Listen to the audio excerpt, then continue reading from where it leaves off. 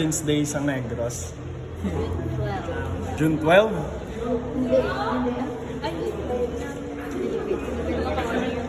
Whole Philippines.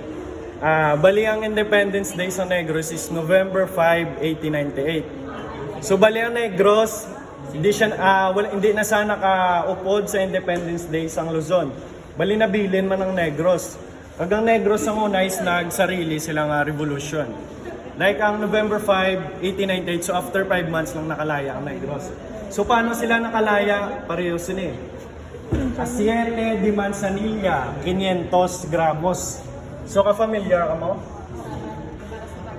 Ginapahid sa tiyan, di ba? Sa ulo. Di ba pangalan sa bulong? Ang pangalan sa bulong is pangalan na siya sa tao. Hanggang grams or amount ngaging donate nila. 500 gramos, 500 pesos ang donate. So amo ni siya ang butika nga kunwari lang nga nagabaligya sa bulong. Pero sa likod ni is nagay-pusipos ang sila patago sa kwarta.